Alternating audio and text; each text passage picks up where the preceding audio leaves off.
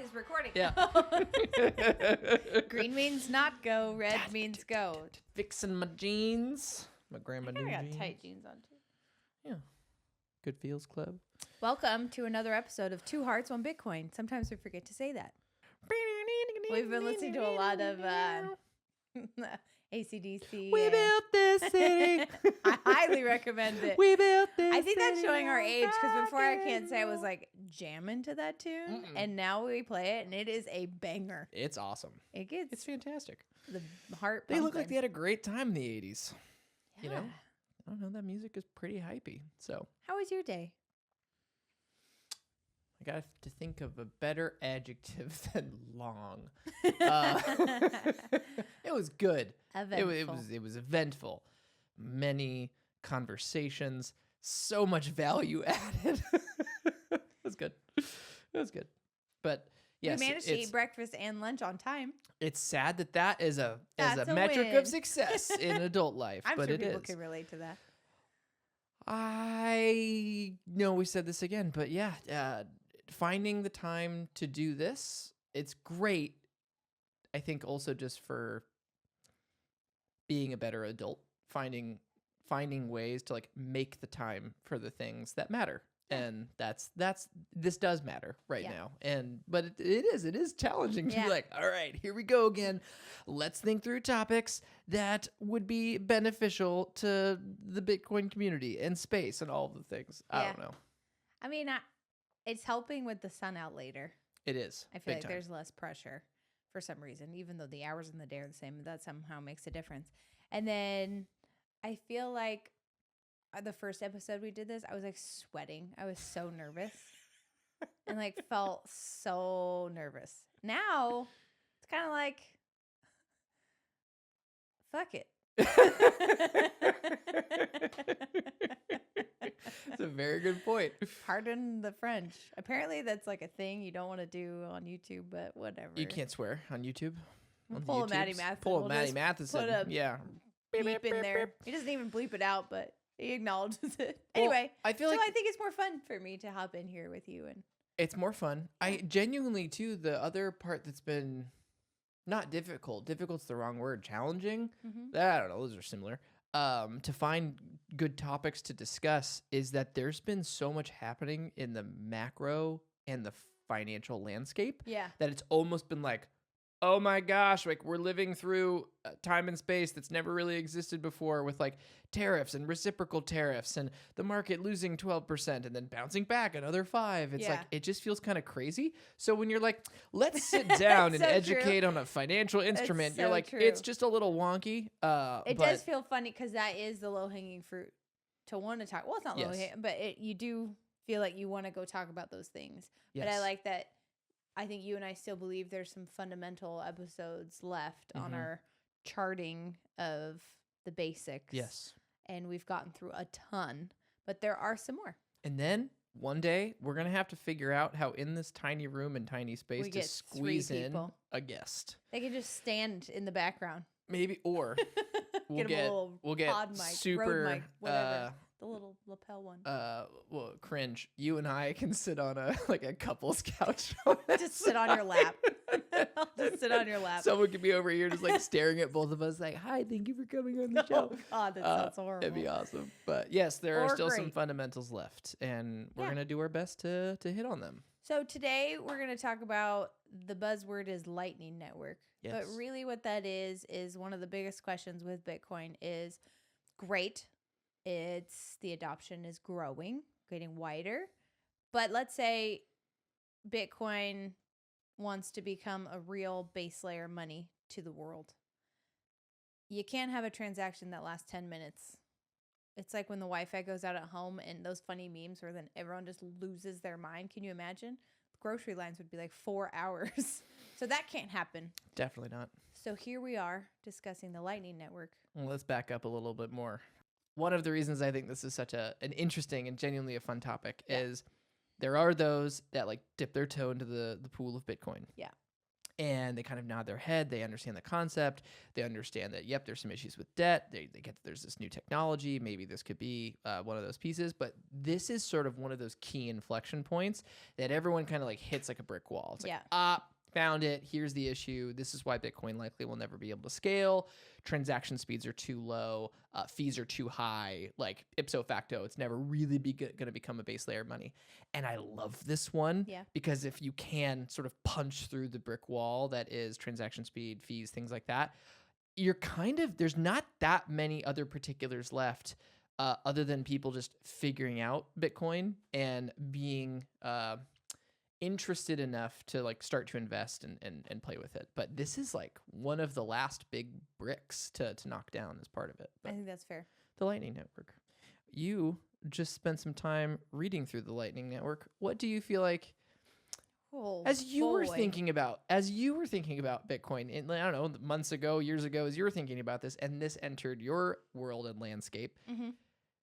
I don't know, were you calling BS on Bitcoin because of transaction speeds? Like where did this come into your world? I just remember thinking when you told me like 10 minutes, I'll never replace credit cards. That was kind of as simple. It was just, no. Why? It takes so long. I saw it as an investment tool or, how we've used it so far. But no, I did not think that it was capable. And then you and I, well, actually probably what happened is you and I were talking about it, and you probably threw out something like that. You were like, "Oh man, but what about this thing?" And then I probably like while we were like folding laundry, I was like, "Don't worry, there's this thing called the Lightning Network," and you're like, "Cool." Like, probably like right. Something about that. And then 20 minutes enters, and I was like, "Oh, we're gonna record on this. Let's go read about it." No, but it is pretty cool. So many moons ago, on my side, literally back in the cycle of 2017.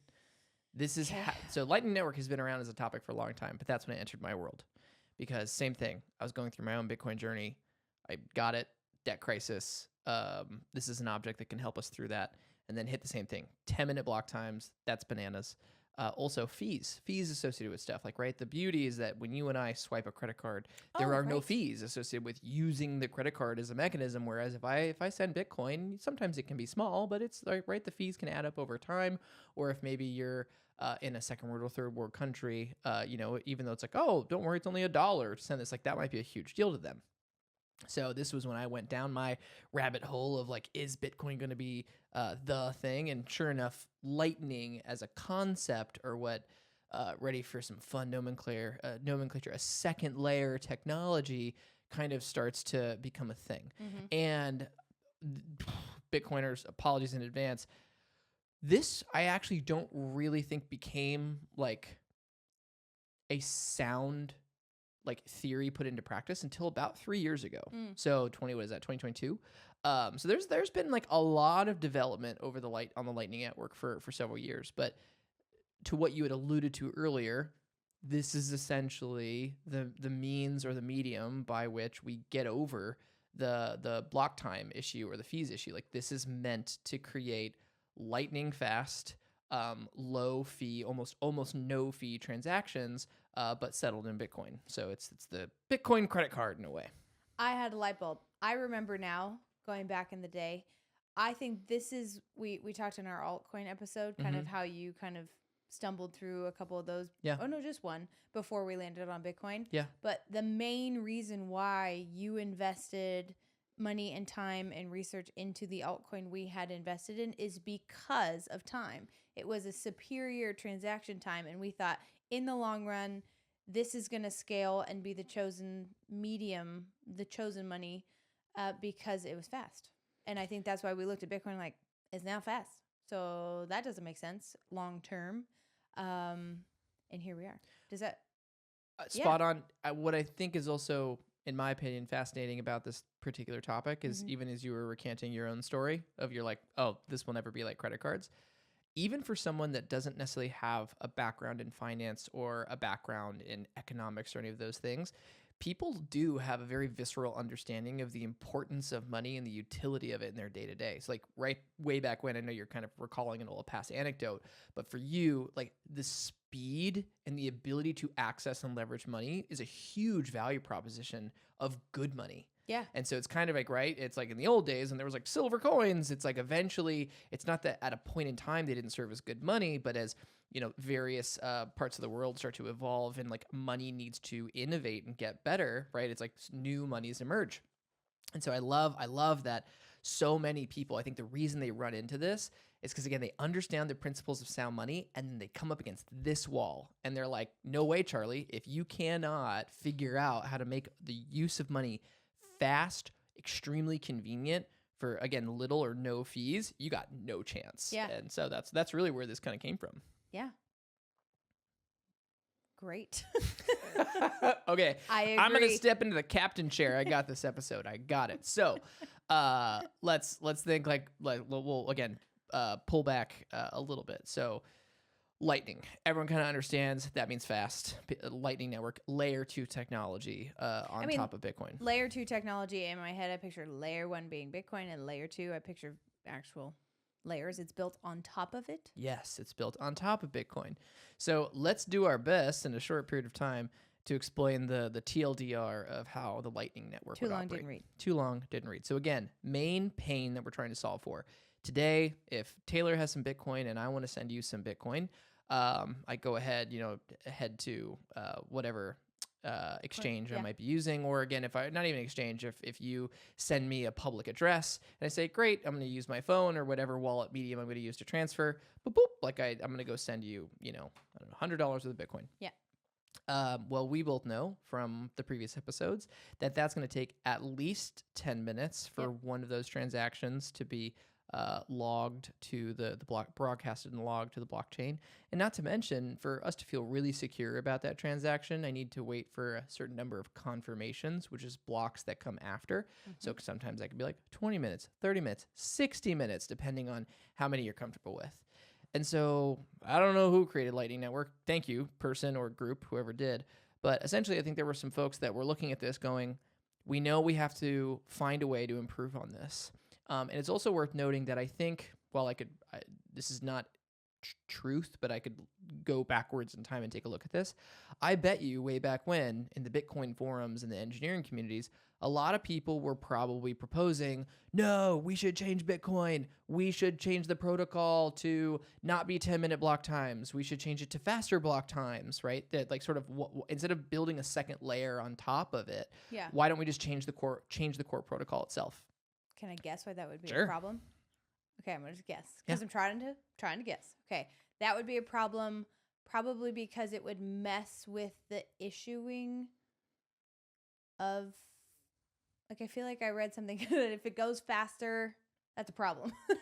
Well, the first problem is that with each quote unquote block, right, which we now know from previous episodes is just an aggregate of transactions.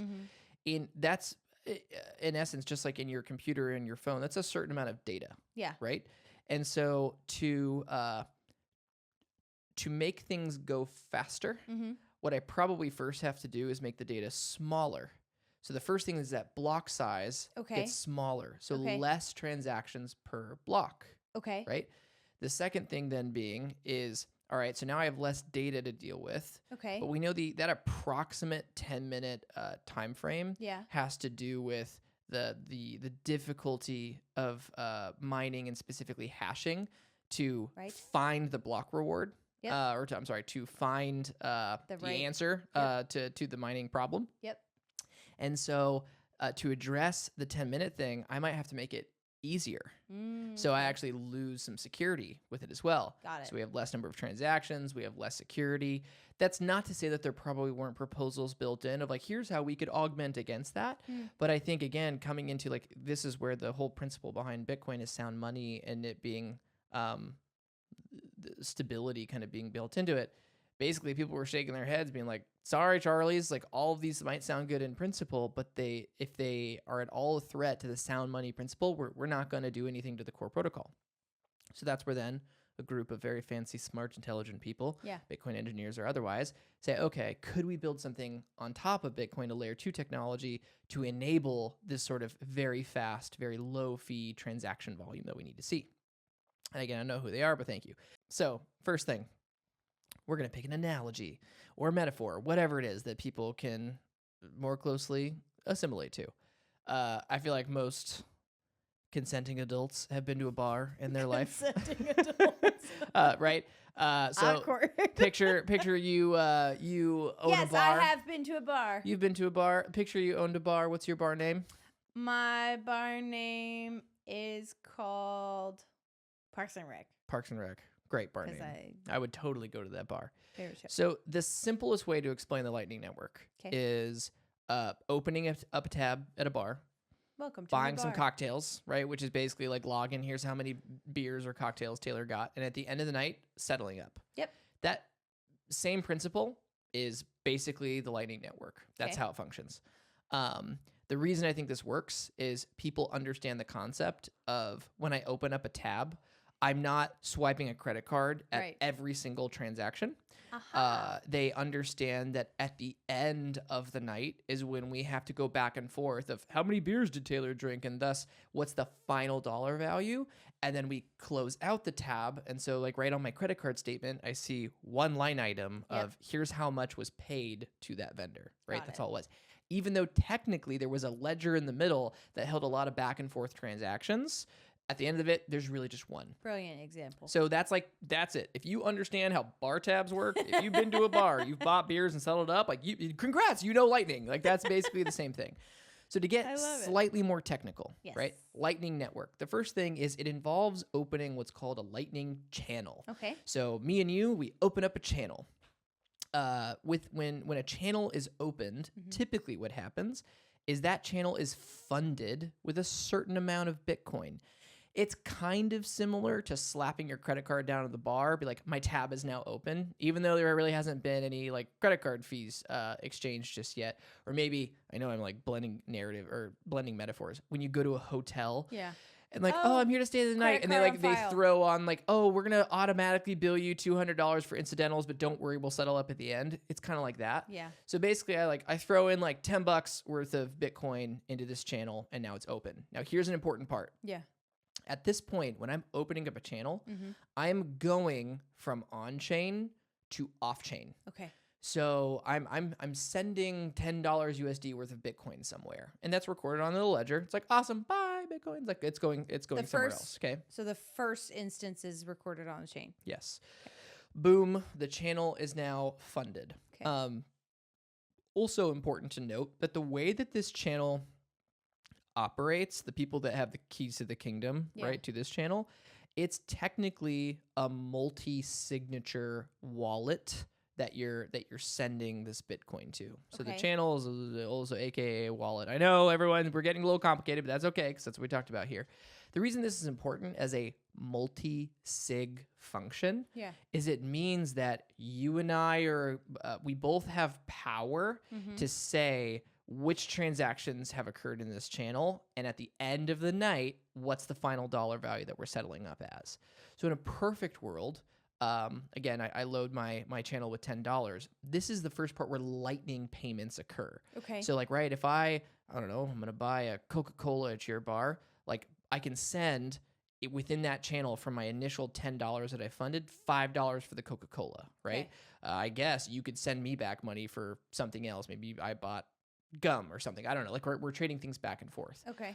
Almost again, similar to like going out at night and you're paying your friends with Venmo back and forth very quickly, like the micro payments that kind of go back and forth. Okay. And the benefit of this is because we're off chain, Yeah. we can transact very quickly. Right. These are still secured cryptographically. I do want to point that out. It's not the exact same cryptography as Bitcoin, Yeah. but that's the first pit. People go like, well, wait a minute, like we're Yeah. off chain. We're like, don't worry. There's still lots of security that's built in. We can try and get to that level of depth if we want to. Okay. But all that matters is that you and I are able to transact more quickly than we could on chain. And they tend to be smaller payments. You and I aren't tossing $10,000 back and forth, just Right. like you and I wouldn't be doing that on Venmo. It's $1.50. $5, $10, like Yeah. whatever it is. It's the smaller transactions. $1.50. Nothing costs $1.50. Also, because of the opening in the channel and the Yeah. way that the channel is secured, there's very little fees associated with us passing things back and forth. Okay. I say very little, near zero is what I would say. Okay. It's not absolute zero, but that's the other thing. So, right back to our earlier conversation, we as consumers, we're getting the benefit of like, we both understand we want to be able to use our dollars. Like, Yeah. right? I got to be able to transact quickly.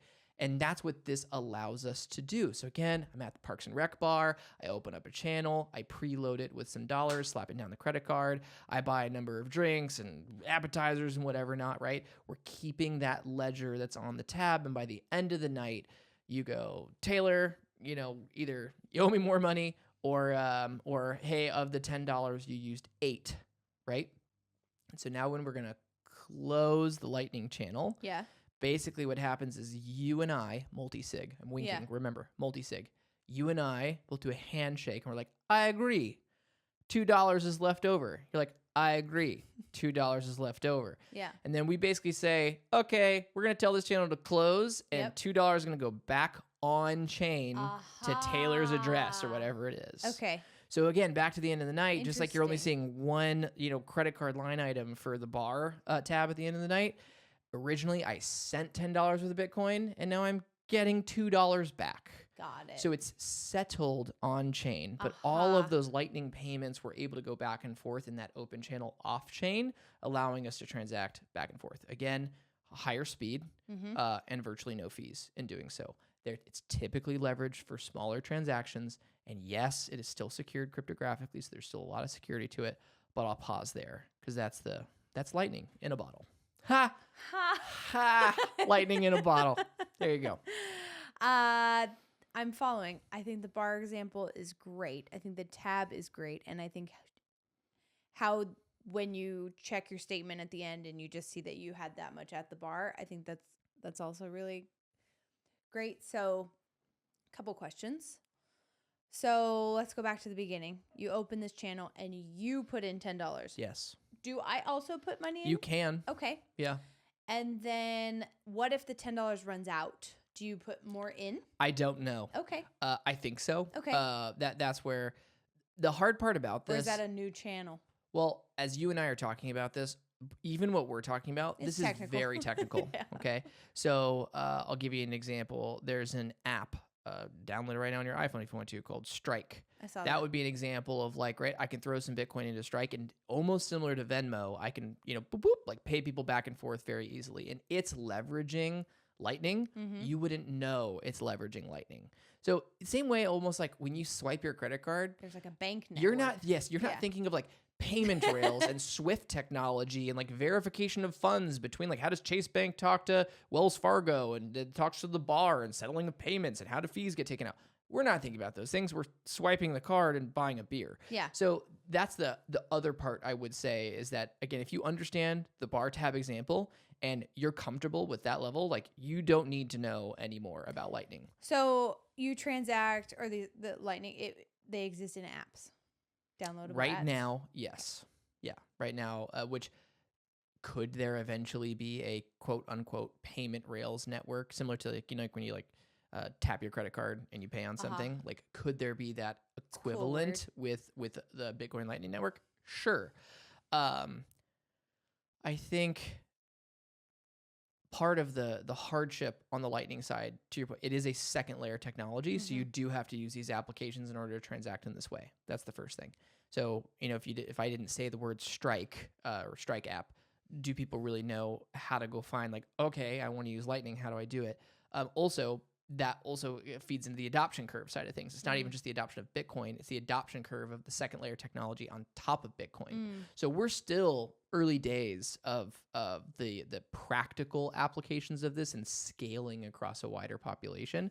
But I think the nice part, similar to other conversations we've had, it's happening. Yeah, like, the app exists. Yeah, like payments are trading hands. So it's not like this is just like on a white paper sitting as theory. It's like, no, dollars are transacting today on the Lightning Network. Full stop. Yeah. So, yeah.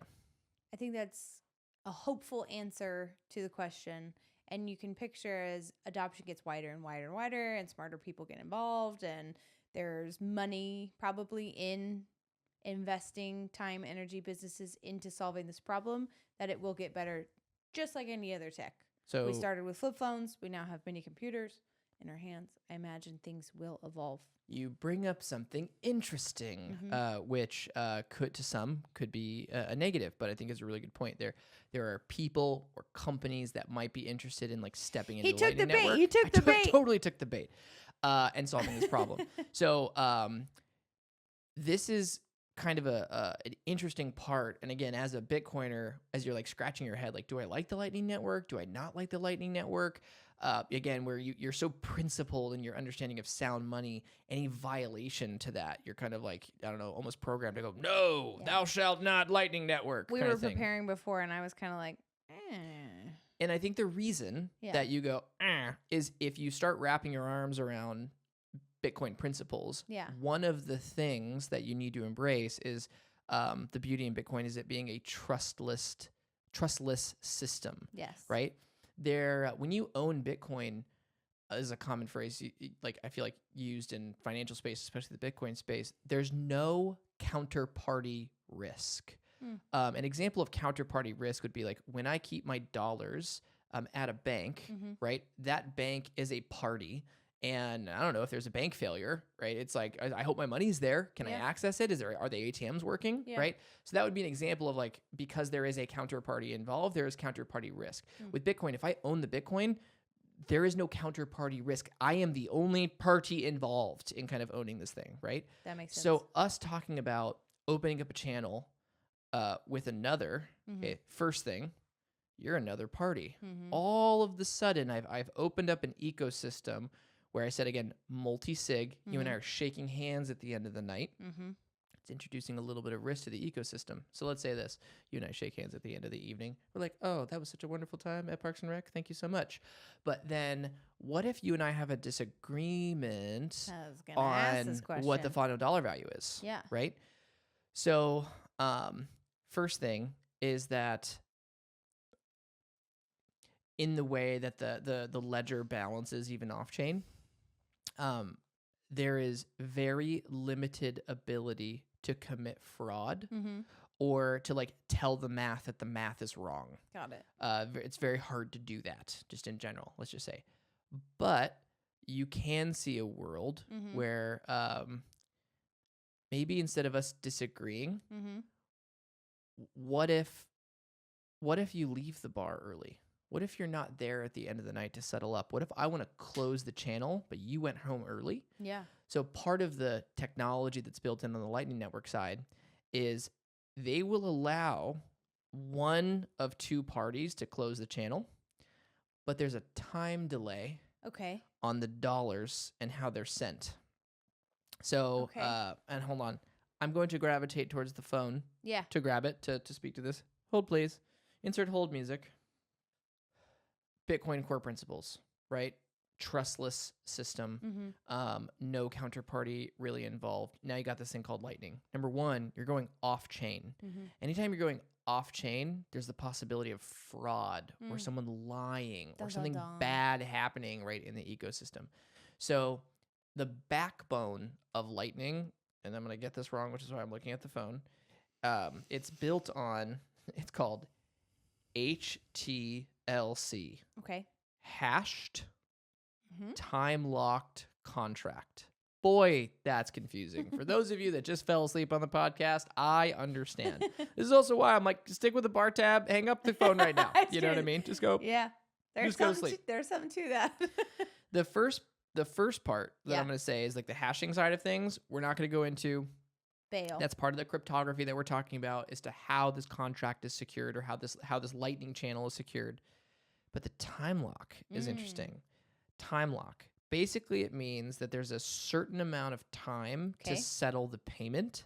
Okay. And if there's any issue in that, if there's fraud or if there's an issue in any way in the settlement, basically it's almost like the contract never existed in the first place. It's like, sorry, never mind. We're gonna settle everything. It's gonna get canceled or returned, basically. So here's my simple. Oh, interesting. Okay, you go, and then I have questions. Yeah. Okay, so this from ChatGPT. Imagine this: we have a shared Bitcoin tab, aka a Lightning channel. Okay. And we've both been sending sats, the equivalent of like, small dollars, back and forth. One day, I try to cheat by pretending we're still at an old balance on that tab. Maybe didn't catch the extra beers that I threw on there from the bar, right? One where maybe I don't owe as much money as I thought I'd do, right? Yeah. And so maybe I try and close the tab again because you went home early that night. I'm like, Okay. ha, I win. Like I get to keep more money than I originally thought. There's less exchange. Okay. This is where the time lock comes in. Okay. Okay. So when I try to cheat the system, if you aren't there to close it or we don't agree, I can't spend the money right away. Okay. There's a built-in delay. Okay. So it's usually a couple of days. Okay. That gives the honest person the opportunity to catch the bad person and prove that they may have lied. Okay. And if you do get caught and you did in fact lie, you get punished and you get all the money in the channel.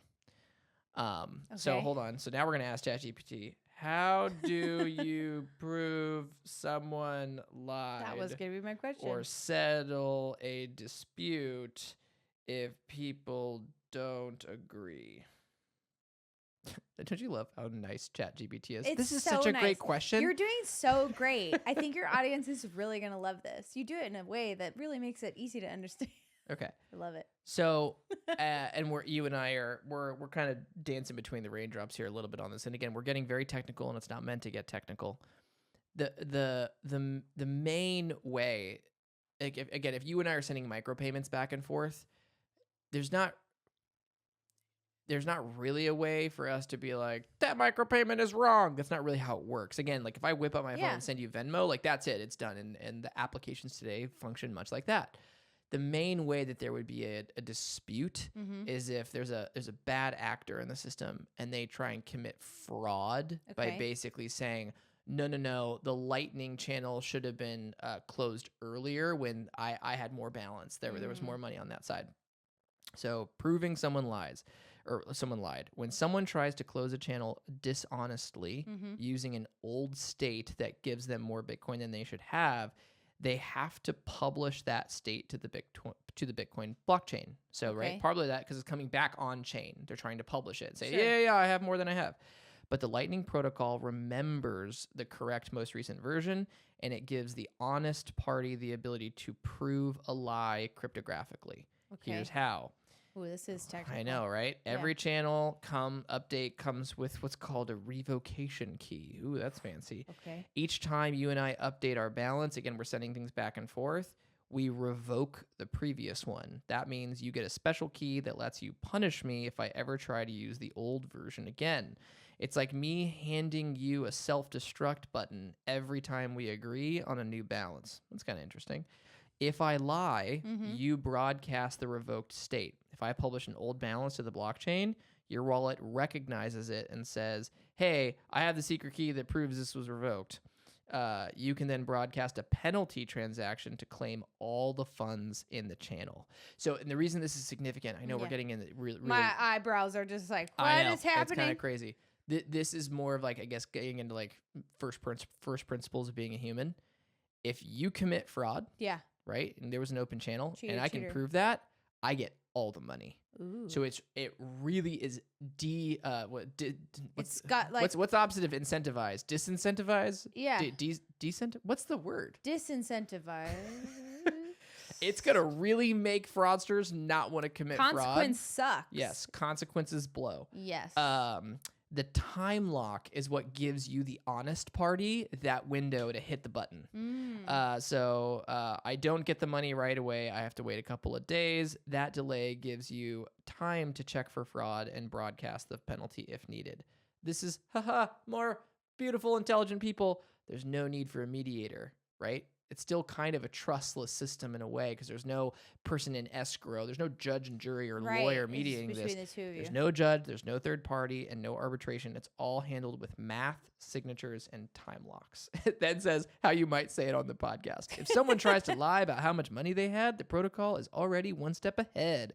Every time you agree on a new balance, you hand the other person the keys to blow up the old one. So if someone cheats, it's not even a debate. It's provable and they lose everything. Jeez. Wow, we got technical. But part of the reason I'm kind of excited by the technical nature of this is, again, you and I aren't sitting here talking about credit card rails and how these No, things I are settling. couldn't. We swipe American Express and we're like, yep, Yeah. look, it allowed me to buy a thing. Like, right, that's really all it Yes. is. So what I appreciate about this is the Bitcoiners of the world, or whoever thought about the second layer technology, they really thought about preserving as much of that trustless ecosystem as we could create. Right, really saying like, look, we know that there is actually more potential for fraud off chain than there is on chain. So we're going to create this mechanism, a time lock for you to dispute any potential fraud. You have the self-destruct button. Again, as I'm talking about this out loud, what if you went on vacation though for a couple of weeks? So it's like, oh no, what if the days lapsed and you didn't catch the fraud in the channel? Yeah. Right? That would And mean finals, final. So there are definitely still some areas where there could be some issues, but just like using a credit card is not without, peril. People can steal credit card numbers. They can, charge on your card on your behalf. So Yeah. everything comes with the more convenient something gets, the easier something gets. It's kind of coming into. I loved that. We used that in our other one. This factor of like, yeah, you're gonna have to do some trade-offs. There's trade-offs. Oh my God! See, I knew when we did the whole pause me go to ChatGPT, I was gonna forget something. The thing that I forgot. Okay. And now coming back to this. Okay. Because I'm going to have an at the end of this question. For you and me Yes. to use Bitcoin, just Bitcoin back and forth. Yeah. Coming back to this whole counterparty thing. There's no one in the middle. I can send you Bitcoin with nobody else in the room or needing to participate, and the ledger Instantly. settles it. Well, not in 10 minutes, right? But basically instantly, Bitcoin. right? Sorry, not There's on no the middleman. Lightning. There's no custodian. Nope. There's no app. There's no There's app. no third party. That's why I asked So about right apps. now, for me to use Lightning, I got to download Strike. I got to download a third party, a custodian of sorts Yeah. to help us, right? And on your phone. And so this is the agreement that I'm making as I'm going, hey, as a consumer, I am willing to leverage this third party, to leverage this custodian, because they are imparting value back into my world. They're allowing me to transact very quickly. Again, high transaction volume and speed, and little to no fees, right? So that's the agreement that I'm making. But again, as a Bitcoiner, you're kind of like, but third parties. Yeah. I don't know. To be fair, it's a little ridiculous to think that in the space of Bitcoin that we could ever be entirely without third parties. That's just not the way the world works. Like, you and I have to leverage a Coinbase to even go buy Bitcoin, Yeah. right? That's a third party. That's a middleman. You and I aren't engineers. We paid a company for a hardware wallet. Yeah. Third party. It's Yeah. like, so there's always going to be some level of third parties or custodians in some way playing a role Yeah. in the space of Bitcoin. I think that's where Lightning has done the best job possible to preserve most of the core principles of Bitcoin, trustless, still using cryptography, and it's still enabling, again, these Lightning payments. That's just one of the things that you got to get cool with being a Bitcoiner. Like, all right, I guess I'm okay with that. So I'm remembering what we talked about. Again, I like keep it. If you understand the bar tab example, I'm going to keep saying that. Like, then you're good. But if this intrigues you and you want to learn more, Yeah. keep listening. And here we are. I'm genuinely curious, though, when we talked about wallets and we had Yes. a hardware wallet and a Yeah. software wallet, Mm-hmm. hot and cold. What was Mhm. it? Yeah. Yeah, Hot and cold. Yeah. Are these Lightning Network apps considered hot wallets? Because I saw I- Phoenix on the list, and Phoenix was one of those ones that we were like, oh, well, here's the risk. And because you said if something's more convenient, the secure or privacy of it goes down. So Security. let's see if I get this right. But So here is my reaction as to how I would think. Yes, and Yeah. here's why. okay. Let's say I download Strike, Uh-huh. and I'm going to use Strike for micropayments back and forth with you with Bitcoin. Yeah. I first have to load Strike with some amount of Bitcoin So it becomes a on wallet. on chain. Yeah. So Strike, let's say again, has, I'm going to make this up, $100 worth of Bitcoin. Yeah. And then while I'm not going to really know about it because it's all via the app, when I want to pay you a micropayment, Mm-hmm. Strike's going to open a channel, load Yep. it with some amount of Bitcoin. You and I are going to transact and then probably close the channel. Yeah. And then I'm just going to see less Bitcoin in my phone. Yeah. Right. Back on chain. Yeah. So yes, you're right. my strong hypothesis or guess is that, or my strong assumption is that Lightning wallets are hot wallets, and so you wouldn't want to keep all your Bitcoin all your on there. Bitcoin on that. No, not at all. Just like Venmo. Yeah. Like I you like have a that. Venmo balance and you can transfer that Venmo balance off. You know, let's say somebody paid me a large sum. I don't keep it in Venmo. I put it into my account. Correct. Yes, Lightning wallets are hot wallets by default. What that means, a hot wallet is any wallet that is connected to the internet because Lightning payments require constant connectivity to manage. Payment channels watch for fraud, route transactions. Lightning wallets need to be online to function, which makes them hot wallets. Look at that, guys. Fairly insightful. Pros, That super was fast. right. Great for small everyday payments like Venmo or Apple Pay for Bitcoin. I'm on a roll. Cons, less secure than cold storage, not ideal for storing large amounts of Maybe Bitcoin. I'm learning Look something. at you. Look Wow, at you. that was like an organic question, not even pre-prepared. I love it because it's just your Bitcoiner self being like, hold on, I know these Wait principles. a second. How might I need to Wait a think about second. this? One of the questions that I had, but I think you answered it just now when we were talking about the hot wallets. So like I'm a coffee shop. Mm-hmm. We had a bar. But those micro transactions, let's just say like I'm buying coffee Right, and I swipe my credit card. right. With the micro transaction of just coffee versus this bar tab, I could be going into the weeds and we can cut this. But like, okay, I use my Strike app. They also have Strike. Like, how So- do I buy just one cup of coffee, not like this night of drinking? I think the underlying what's in your question is the first thing is like, how do I buy a cup of coffee? Yeah. And then the second part that's relating to is like, but we spent so much time talking about the security of Bitcoin and keeping it offline. Like, how does this work? Yeah, So you're right. sure. The first one being, I think for the stewards of the Lightning Network and creating and building it, yes, this is mostly going to be a hot wallet solution Mm-hmm. where in order to facilitate quick transactions, yeah, bro, you got to load in $100 worth of Bitcoin into this thing, and then that's going to be your play money to go buy coffee and do those things. All that being Lightning. Meaning, again, even in that, there could very well be the case where in this, instead of it being a bar tab with 10 transactions, Yeah. it could be a bar tab with 1 transaction. Okay, and that's then what we I was close. getting at. Yeah, like it's just kind of like open, transact, close. Like that fast. Would that kind of be how? It could be. Yeah. Yeah. But that could function that way. Yes. Okay. Tell me more about the Where I'm why confused. behind your question. Yeah. Well, I understood what we were talking about with the bar Mhm. and the agreement Yes. and then closing the tab at the end of the night. Yes. I understood that in that example. Mm-hmm. I'm thinking of a shorter example. Mm-hmm. So like I'm going to go buy a cup of coffee. Mm-hmm. I go to the coffee shop. Mm-hmm. I want to buy it in Bitcoin. Mm-hmm. I'm going to use the Lightning Network. Yes. A channel is opened. Mm-hmm. Coffee is bought. Yep. Channel is closed. Could be. Okay. Because So it's, so here's the other part to remember, right? Per our little example. Let's say the channel remains open. well, that was going to say, does that, okay, keep going. Let's say the channel remains open. Yeah. So if I'm sitting there with $25 on my Venmo account, Mhm. right? It's just on my phone. Mm-hmm. I'm not sitting there sweating bullets about it not being in my checking account, right? It's just no. there.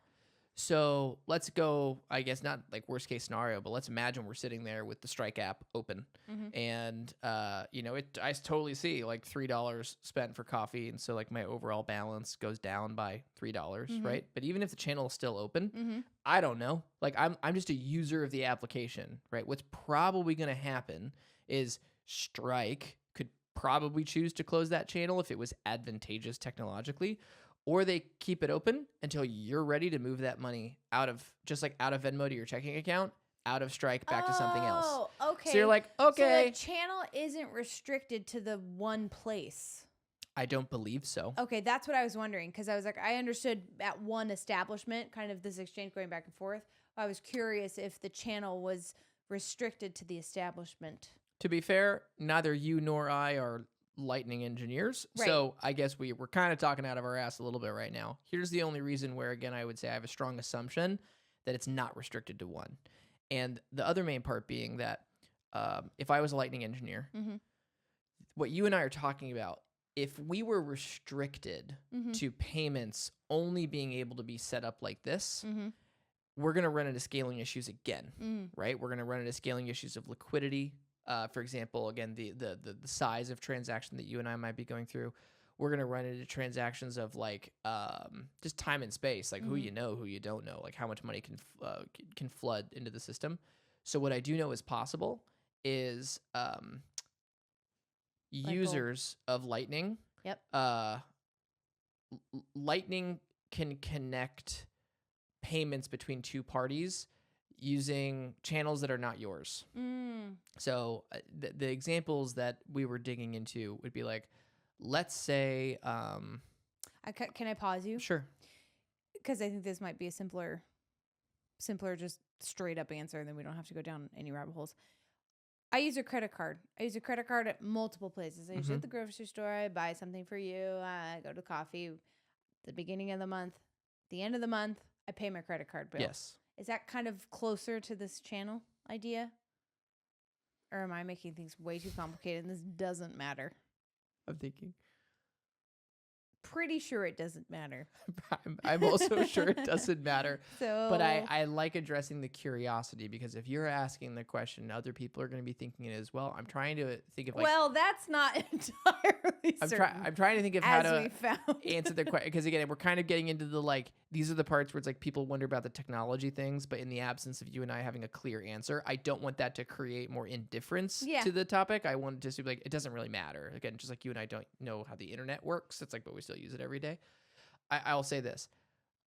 There are aspects of Lightning that you and I are not addressing in this that are really fascinating innovations of Lightning.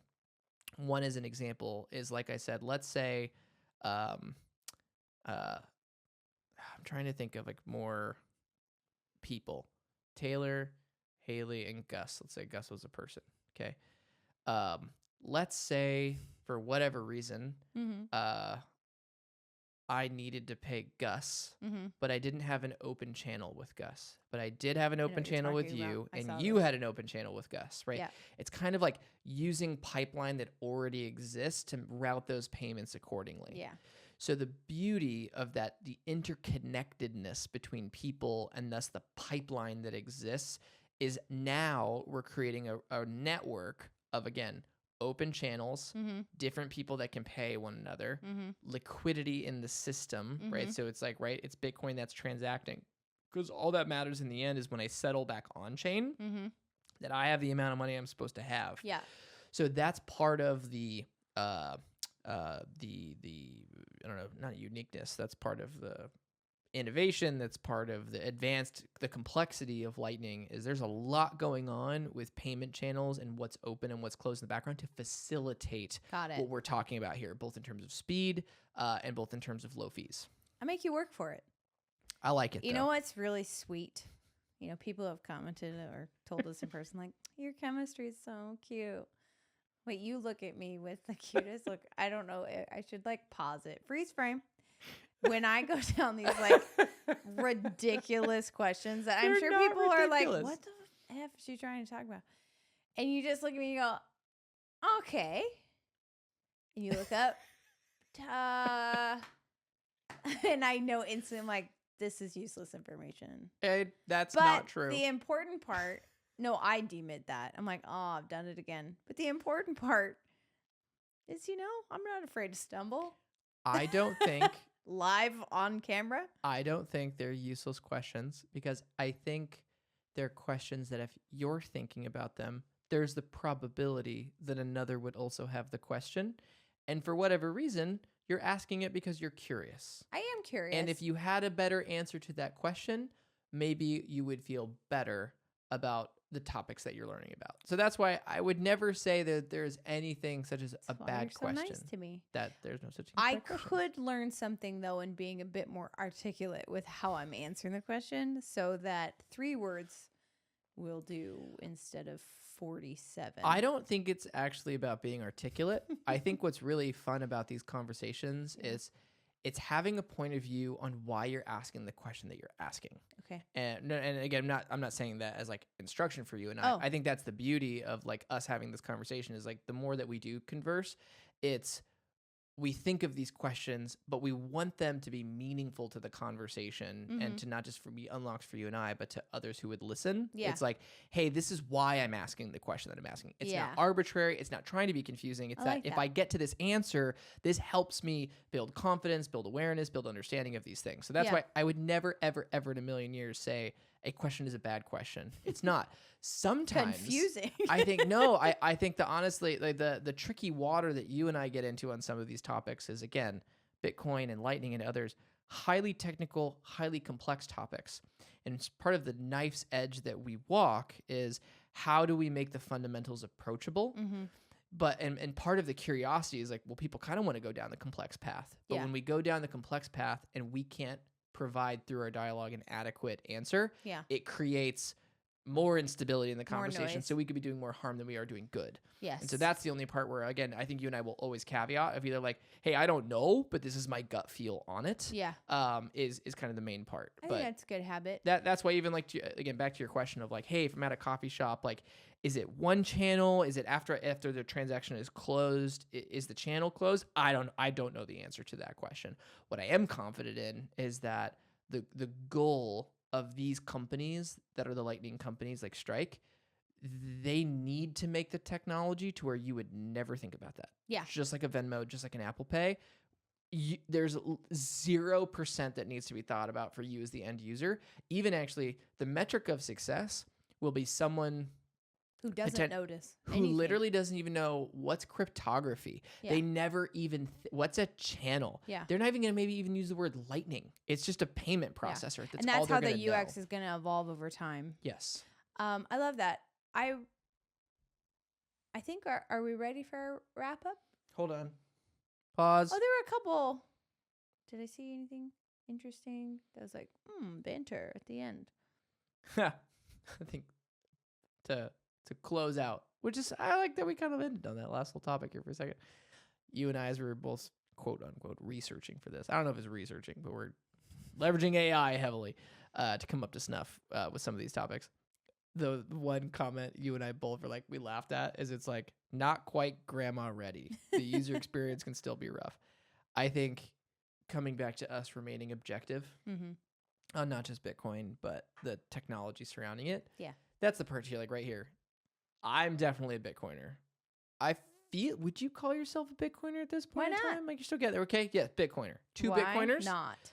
Neither you nor I have sent a payment using Lightning. Mm-mm. So right, that we have to have an honest reflection about that moment, which is here we are talking about a potential massively positive innovation that's sitting on top of Bitcoin, and neither you nor I have used it. So it's kind of interesting, right? When we can sit here and we could talk about the theory and the possibility, it's actively being used. There are dollars being transferred, but we actually don't have the real world experience of seeing this live. And Do we have a lot of opportunities to use it? Kind Well- of chicken or the egg? Like we don't know many people who would also be using Bitcoin transactions. This is why we weren't ready for the wrap up yet, because we're talking about the other side of the coin, so to speak. So what you just said, Yeah. we don't have many opportunities to use it. If I was a real red team player on Bitcoin, Ooh, did I'd I say, even look? I probably not. nope. Well, what I would say is, there it is. They did it. They just said Bitcoin's not money. They've never had an opportunity to use it, right? But Okay. you could make that argument. You could, right? You and I, right? Or if someone was in Right. the room If with it's us, a measure of beating us exchange, up, but no exchange is but happening. no exchange is happening. Is it money? I don't know. As a hey, Ooh. kudos to you, random person I just designed in my head that's beating us up on this. Like what you and I just said is we've never actually exchanged Bitcoin for a commodity. We've never exchanged it for a coffee. We've never exchanged it for dog washing, right? Right. And so this is for those that remain skeptical about Bitcoin being a potential base layer of money, it's a super reasonable point of view to have. I think what I still though am really heartened by in this is that if it ever is given the opportunity, by golly, is it going to be ready, right? So now you and I haven't had the opportunity to transact in it, but as we did in our research, there are countries Yeah. transacting in it. If you go to El Salvador and you download what's the name of the I app think it said called? Chivo. Chivo app or Strike or Chivo? whatever, Yeah. you can walk up into a Starbucks and pay in Bitcoin. So that's not to say that there aren't already things happening, but I do like to be honest about the fact that you and I haven't bought something in Bitcoin. No. There is a little bit of a reason why, is that right now in this accumulation phase, and also as it's like based off of the debt spiral, I don't want to spend it. no one wants to spend exactly that. Which also, again, back to like this like person in the room that would be Total like, hoarder. again, well, it's like, right, if Yeah.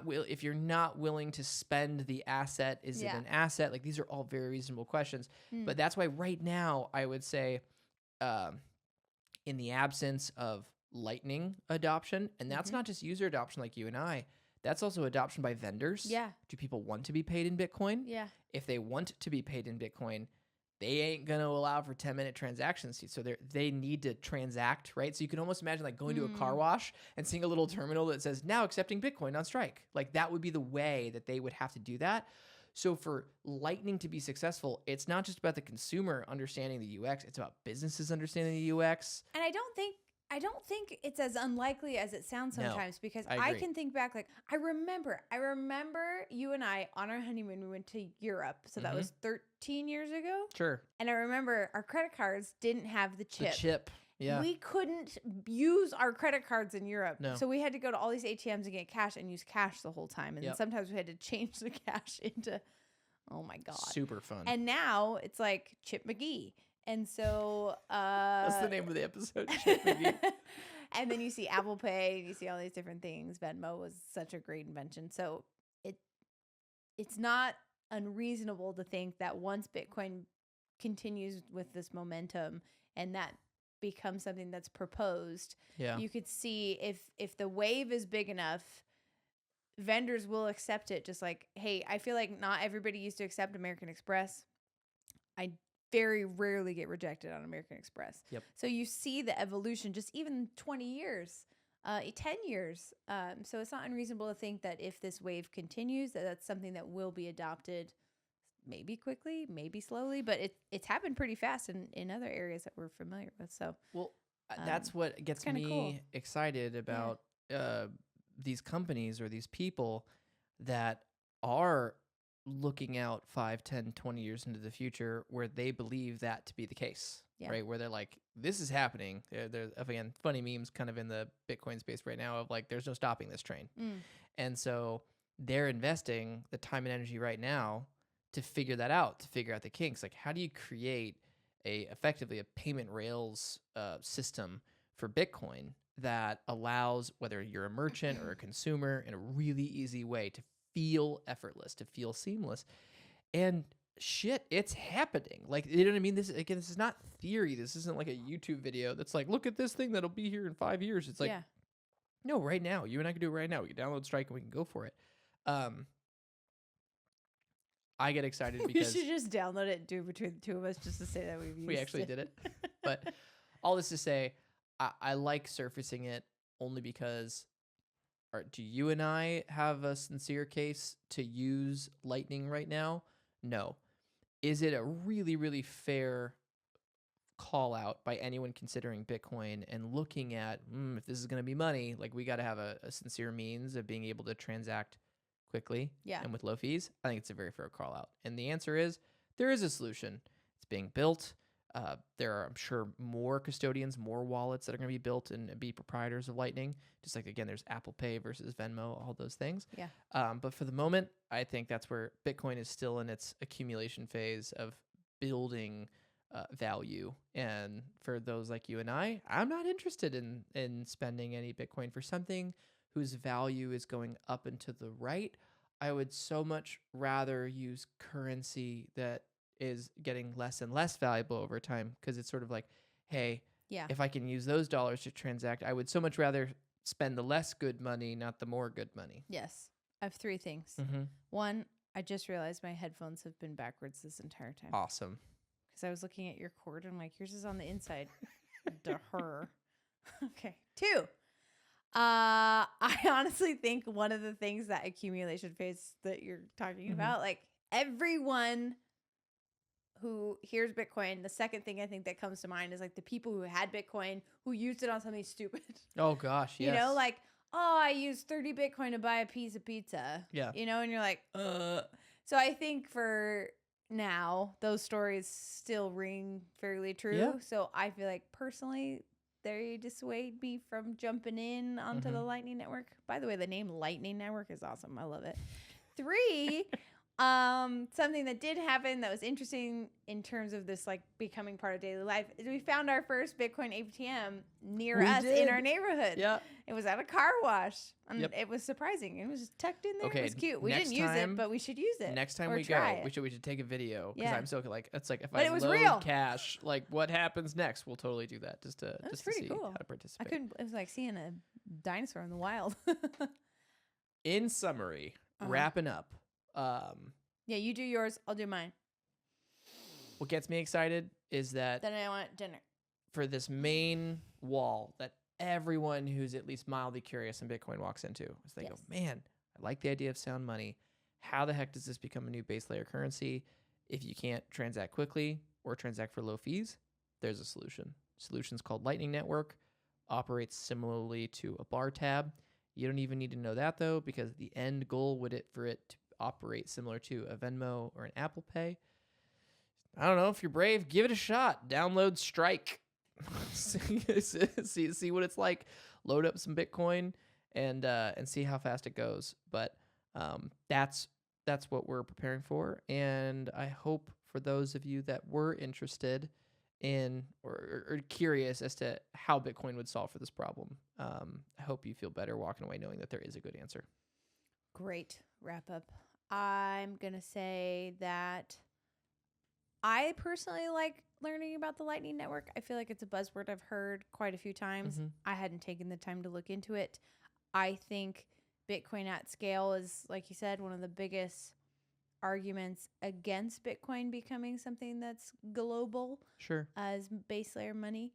And I like now personally being able to go out into the world and have an understanding of being able to have a conversation about Maybe we should start a possibilities. company, a Lightning Network company. Maybe that's what we should do. Maybe we should be the guy at here's your payment terminal at a car wash. I might need to watch this episode a few times before I do that. Second thing, one of my favorite things I like that we do in every episode is comparing these crazy technical things to how you approach things that already exist. Disclaimer, we get into the weeds, but I love that you can connect it to, hey, but you don't necessarily look under a microscope at your credit cards other and stuff. your banks and all these things. There's a huge amount of trust. So, I hope that one day this gets to that level of trust. I think that would be really cool. Third thing is, I don't know if I have a third thing. I think if you can walk away with the general understanding of that there is an option and people are working on it and it's currently being experimented with and used with, just like all things, that's how you figure out how to make it better. I agree. Toodles. What are we going to talk about next time? We never know. But we never know. let's There's kick a around the big one. ideas. Energy? That one? I know. I mean, it's interwoven in everything. And it's funny. I was talking to my brother and he was like, he said something interesting about energy being something that he hears a lot of naysayers talking Mhm. about. And I love naysayers. I've been one. I love it because the conversation becomes so kinetic. It's fun because then I know what we can talk about. Naysayers, come at us. Bring it. But I agree. I think, I always like to more objective too. Energy, stable coins. Mm-hmm. That was the other. Those are the other two. Those are probably the main two. Stable coins is also very new to me. I gotta do some work on figuring that out. If only I had Let's a do it. podcast to listen to for my podcast. We'll make those as best we can the next two. Or if anyone listening has other topics new topics they want to suggest, deeper dives on any of this stuff, let us know in the comments. Okay, fun fact at the end. Bitcoin is new money and it's on the Lightning Network. And celebrate, you were right. What do you buy? Oh, like so You you're- have it on your phone, and everyone is like, "Yes, you were right. This is awesome. We're all gonna be so cool." And now you get to go use it in the world. Ooh, okay. It has accumulated and now worth $1 million. You're like, okay, I'll let go of some. Oh, that's a good question. What would I buy? I know with- mine. What's yours? It's so stupid. What? It's so cliche. Coffee. I love coffee, and it would be so tiny, and it would be a great, like, I know I would love what I bought, and I'd be like, I only give away this much. Well, seeing, I think now the answer is we have to find a bar called Parks and Rec, Mm. and I think I would have to buy beverages at the bar. All right. That's what I would do. Look at us. You bought a beer, I bought coffee, which were our two analogies. Original. Oh, I All like right. your toodles. That was great. Toodles. Until next time, thank you for listening. Thanks, guys. Appreciate it. Bye-bye. Bye-bye.